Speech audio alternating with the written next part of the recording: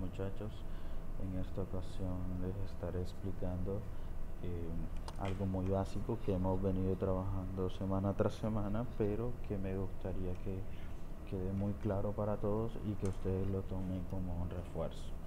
Y es hacer el proceso de trabajar con vectores de una sola dimensión, que son los vectores básicos que hemos venido trabajando. Entonces, para trabajar con los vectores, les voy a explicar inicialmente a partir de un ejercicio en donde vamos a hacer dos métodos muy básicos, que son inicialmente el llenar a un vector y mostrar los datos de un vector. Para eso voy a crear una aplicación que se llama ejemplo 1, en el cual pues vamos a desarrollar el ejercicio que les acabo de mencionar. Aquí voy a agregar una nueva Java class, que es la que va a contener los métodos u operaciones que vamos a ir trabajando. Acuérdense que cuando nosotros agregamos una Java class, viene totalmente en blanco y dentro de ella tenemos que agregar todos los métodos necesarios. Entonces el primer método que vamos a ingresar es el método de llenar el vector. Para ello creamos que el método sea de tipo público, estático. Ya saben que el público hace referencia a quienes tienen privilegio de acceso al método. Luego la parte de estático es quien puede hacer modificaciones o no de las variables que se encuentran dentro del método. Y aparte yo debo colocar serían el tipo de datos que voy a retornar con ese método. En este caso inicialmente vamos a hacer un método que pues simplemente va a mostrar un vector lleno pero con datos de tipo entero. Entonces yo digo, aquí estoy indicando que voy a crear un vector pero con datos tipo entero. Posterior a ello debo colocar el nombre del método. Entonces va a ser llenar vector. Y luego van lo que son los argumentos, ¿cierto? Y luego llave que abre y llave que cierra. Dentro de los argumentos necesitamos las variables que nos van a servir como insumo para poder ejecutar la acción, que en este caso la acción corresponde al proceso de llenar el método. Y para crear un método siempre voy a necesitar el tamaño. Una vez ya haber recibido el tamaño como un argumento, entonces procedo a la creación del método.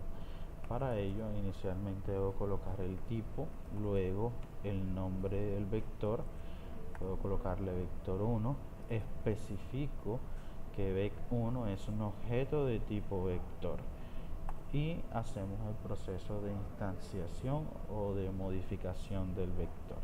Para ello colocamos aquí va a ser un nuevo vector, el tipo de datos y entre corchetes el tamaño. Pero el tamaño va a ser este argumento que hemos recibido. Por lo tanto, acá debemos colocar el tamaño y finalizamos con punto y coma. De esta manera ya está declarado el vector. Entonces ya el vector deja de ser una estructura vacía a ser una estructura con un tamaño definido y con unas posiciones ya establecidas. Ahora viene el proceso de decirle al usuario que ingrese los valores dentro del vector. Entonces para ese caso nosotros debemos hacer un recorrido que lo podemos hacer a través del ciclo for o a través del ciclo while. Si lo hacemos con el for, debemos especificar de dónde voy a iniciar, que es esta primera parte, en dónde voy a finalizar esta segunda parte y luego de qué forma voy a ir haciendo las iteraciones o los incrementos.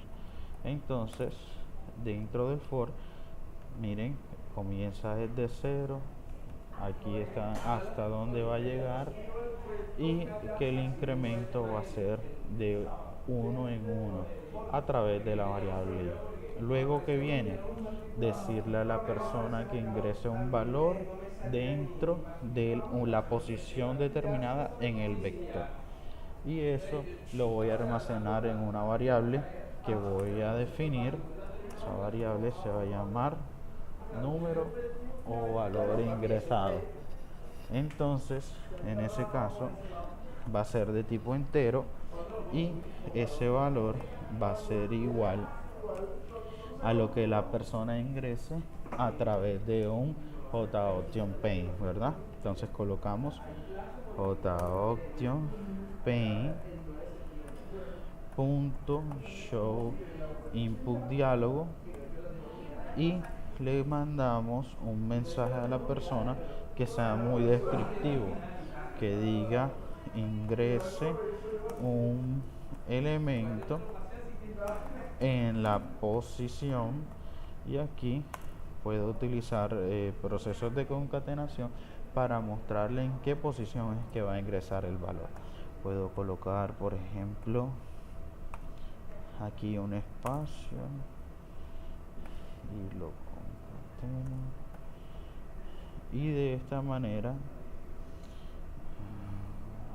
el error que sale es tipos incompatibles de datos. Ya esto es un error que ustedes deben manejar, y es que el JOptionPay me trae un valor de tipo string y la variable valor es de tipo entero. Entonces aquí debo colocar el integer punto parseInt entre paréntesis lo que voy a convertir.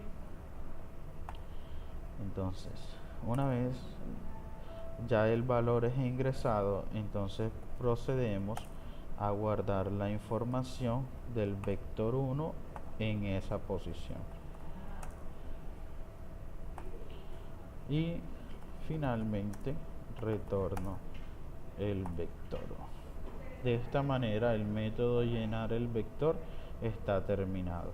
Es básicamente, si hacemos la simulación, es como si tuviéramos aquí creado el vector con un tamaño determinado. El tamaño lo dice el usuario.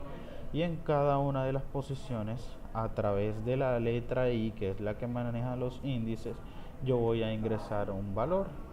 Entonces, si asumimos, por ejemplo, que este es el índice 0, este es el 1, el 2, 3, 4 y 5. Yo le voy a decir al usuario que en cada uno de esos índices ingresa un valor. Entonces aquí la persona puede ingresar el número 10, 20, 30, 40, 50 y 60. Entonces hasta el momento este método de llenar el vector simplemente me va a devolver un vector con estas características.